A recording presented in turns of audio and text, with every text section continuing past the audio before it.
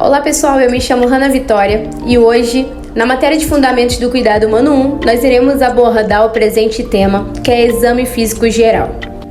O Exame Físico Geral ele tem como finalidade levantar informações sobre o estado de saúde do paciente. É ele que indica eventuais anormalidades e fornece subsídios para o diagnóstico e assistência satisfatória na enfermagem. Então vamos lá, é primordial algumas informações para a realização de um bom exame físico. Primeiro, ambiente adequado, iluminação, conforto para o examinador e também para o paciente. Segundo, respeito, delicadeza durante a realização do exame e só expor o segmento do corpo em exame. Iniciaremos o nosso primeiro procedimento do exame físico, analisando primeiramente a posição do paciente. Posição ortostática. É a posição ereta ou em pé. Essa posição facilita a visualização ampla. Posição sentado. É quando o paciente está sentado sobre uma superfície rígida. E nessa posição, nós podemos avaliar cabeça, pescoço, coluna, tórax, pulmão anterior e posterior também. Decúbito dorsal, ou posição supina, é quando o paciente fica com o dorso na parte frontal do abdômen para cima. E nessa posição pode ser avaliado cabeça, pescoço, tórax, os pulmões anteriores, as mamas, as axilas, coração, abdômen e extremidades e pulso. Nós vamos agora para a posição decúbito lateral esquerdo ou direito. Consiste no paciente posicionado lateralmente no leito e nessa posição é possível efetuar a avaliação do coração. Decúbito ventral ou posição de prona. A posição prona consiste em manter o paciente com o abdômen para baixo. Em contato com a superfície do leito, é avaliado o sistema músculo-esquelético. Depois de avaliarmos a posição do paciente, nós devemos avaliar qual é o estado geral do paciente. O paciente em bom estado geral é o paciente que mantém uma nutrição adequada, é independente para a atividade diária e está em alerta e tem um autocuidado adequado. O paciente em estado regular apresenta queixa dirigida para apenas um ou dois sistemas, sem que exija sinais clínicos, indicativos de gravidade, palidez intensa ou cianose. O paciente em mau estado geral é o paciente que foi extremamente afetado pela doença, está desnutrido, deprimido, restrito ao leito, confuso ou dependente de medidas auxiliares para viver. E aí há um alerta em caso de patologia com poucos sinais e sintomas.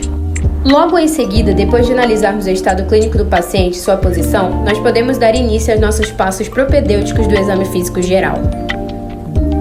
Inspeção.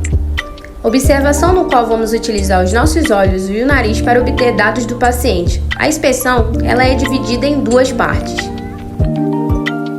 Inspeção estática, que é observando o contorno do paciente parado. E também temos a inspeção dinâmica, que é exigindo ao paciente que ele faça algum movimento. Iniciamos com a avaliação cabeça e pescoço. Usamos também o método de palpação, permitindo obter dados através do tato e da pressão. E ali extrairemos dado por meio da avaliação.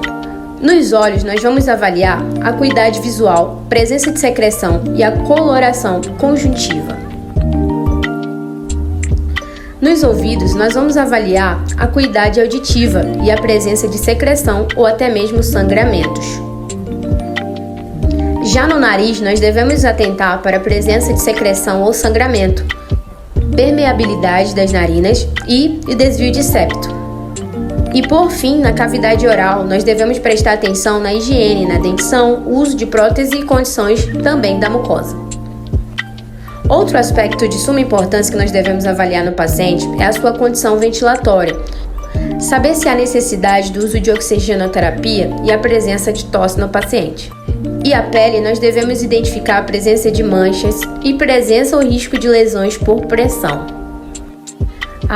As feridas operatórias também devem estar no nosso foco dessa inspeção. Nós devemos observar também a presença de drenos e aspectos dos fluidos drenados. É possível ainda a gente detectar alguns sinais de febre, como vermelhidão da pele, respiração acelerada, queixa de cefaleia e sensibilidade excessiva da luz. Na inspeção do tórax, a gente observa as condições da pele do paciente. Observa também a expansão do tórax, coloração, cianose, hidratação e lesões. Devemos observar os pelos e suas distribuições. E também é de suma importância a gente observar a dinâmica respiratória do paciente. Nós vamos agora para o nosso segundo método, a palpação. Permitir obter dados a partir do tato e da pressão. A palpação, ela identifica modificações de textura, espessuras, consistência, sensibilidade, volume e dureza. Segue agora o exemplo de palpação. Com o paciente em decúbito dorsal, inicialmente realiza-se a palpação superficial em todos os quadrantes de forma a perceber a tensão abdominal e a presença de hipersensibilidade.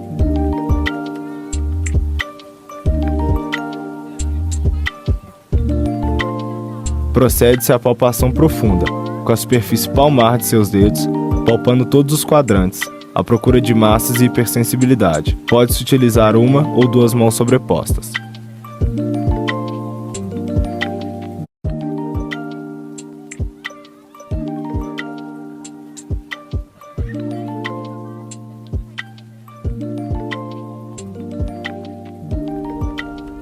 Percussão.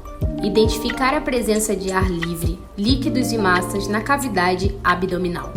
É importante evitar que qualquer outra área da mão toque a superfície, porque isso abafaria a onda vibratória, dificultando a interpretação da nota.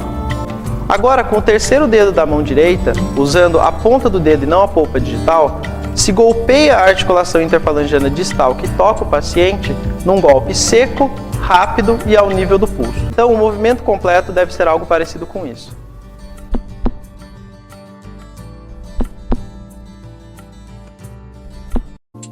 Nós vamos agora para a ausculta pulmonar. É o método semiológico mais importante no exame físico pulmonar, pois ele permite analisar o funcionamento pulmonar, devendo ser realizado em ambiente silencioso e em uma posição confortável quando possível. Segue agora um exemplo de ausculta pulmonar.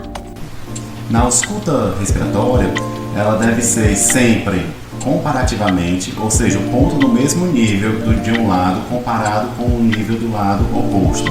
Preferencialmente deverá iniciar pela parte inferior, pois as respirações poderão estar mudando, alterando esses padrões respiratórios, interferindo na ausculta pulmonar.